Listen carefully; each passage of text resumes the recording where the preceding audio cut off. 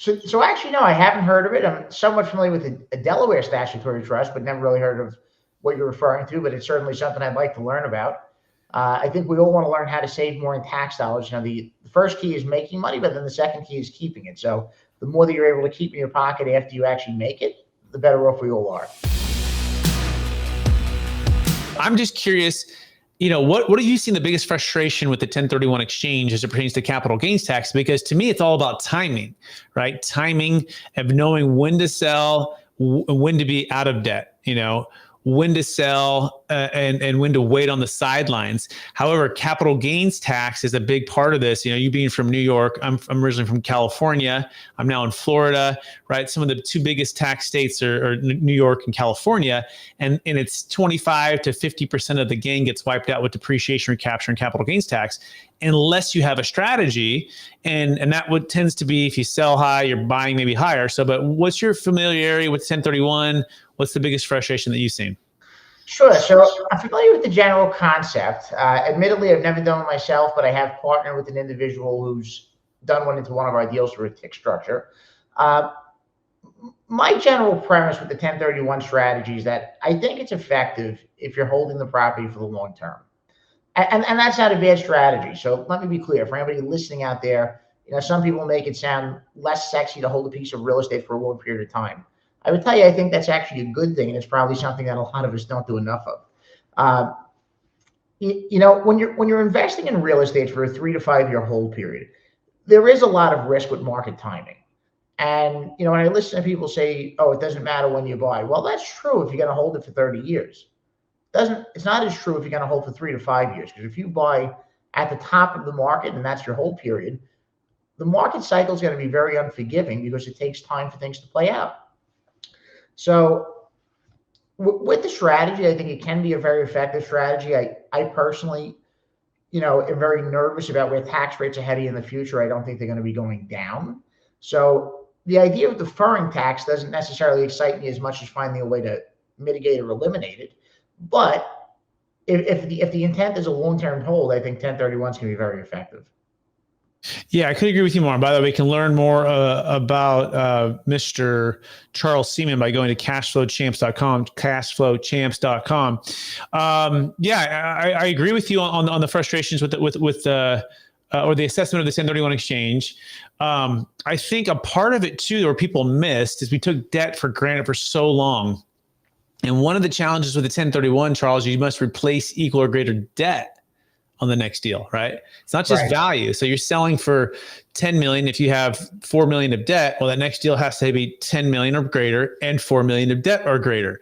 And this is not great if you're in the height of the market, especially if it's a 3 to 5 year type of window. You're right. It does take time for things to change and you can get caught in a tough situation. We do have a solution for that, by the way. Part of why I'm asking this is because we have a solution, and it's called a deferred sales trust. What's kind of unique about it is it allows you to defer capital gains taxes without having to do a 1031 exchange. As well, gives you the ability to be on the sidelines out of debt, right? Be debt free. And so we call it connecting the cash flow, tax flow, and debt flow, right? All three with a strategy that gives you what we call optimal timing, right? Which is, and what we were doing mostly in 2022 and 2021 is not buying real estate. We were lending to those who were buying real estate. And so we're in the first position. We're making about 10%, about 55% LTV. And we've been waiting for this moment, right? And we can get the money out in about 30 to 60 days, the way that we structured it.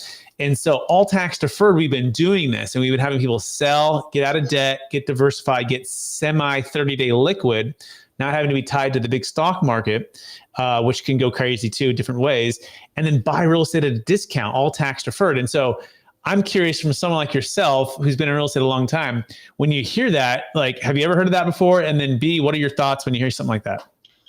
So actually, no, I haven't heard of it. I'm somewhat familiar with a Delaware statutory trust, but never really heard of what you're referring to, but it's certainly something I'd like to learn about. I think we all want to learn how to save more in tax dollars. The first key is making money, but then the second key is keeping it. So the more that you're able to keep in your pocket after you actually make it, the better off we all are. Yeah, absolutely. Tax flow is keeping it, right? I think that's a good way to put it. Tax flow is keeping it. And then really quick, if people are curious about what the Delaware Statutory Trust is, it's another form of a 1031 exchange where you can 1031 into sometimes like a mini syndication, or it can be a single property too. But it's a third party, typically a big corporation. You have no control, no liquidity, no diversification. We do those still, by the way. We actually do those for debt over basis challenges, Charles, when people have too much debt over their adjusted basis, and that can be taxed as ordinary income tax. So we still use those at times. In fact, we have a program called the Best 1031 Exit Plan, which gives you the option to do a deferred sales trust, a regular 1031, and a Delaware Statutory Trust. And that's so valuable because people want the opportunity to buy something, but they don't want to be forced to be able to have to do it. Or they want the opportunity to diversify with some different strategies in which you can do that with the Best 1031 Exit Plan. But yeah, any thoughts on also the other part of this too? I think it might be interesting, Charles, get your take on it. Is we've helped people exit crypto businesses, in other words, things that were not like kind, and go into other real estate funds and syndications with the capital, all tax deferred. So it's kind of like being able to 1031 crypto, or kind of like being able to 1031 a business sale into a real estate fund or syndication without doing the tick structure or any of the carve outs, just coming in as a single investor. Have you ever considered what that would do for folks if you could do that? It sounds a lot more attractive. The greatest flaw to me with the 1031 program, and I think a lot of buyers are starting to realize this now, is that the flaw with it is that you have only a very short window of time to identify your replacement property. And oftentimes what that means is that you're usually getting a worse deal than you were in, unless you happen to be in a particular point in the market where conditions are very favorable for buyers. But from a selling standpoint, most sellers know that if you're dealing with the 1031 buyer, one, they have the funds, but two, they also have a very limited timeline to identify that property. So many times they're getting the highest prices from a 1031 person. And what that also means is that the 1031 buyer is usually getting a lower return. So if the sole purpose of the exchange for them is to go out there and to defer the taxes, then I think it's successful in that regard. But a lot of times, if they want a good investment as well, aside from just deferring the taxes, most times they're sacrificing that with the 1031 exchange. Absolutely. If people want to learn more about all of what the alternative, we call it the Netflix version versus the old Blockbuster 1031, you can go to capitalgainstaxsolutions.com, capitalgainstaxsolutions.com. We also came out with a brand new book with Kevin Harrington from Shark Tank in the book, which is pretty cool. It's called Building a Capital Gains Tax Exit Plan, hit #1 bestseller on Amazon in a couple categories.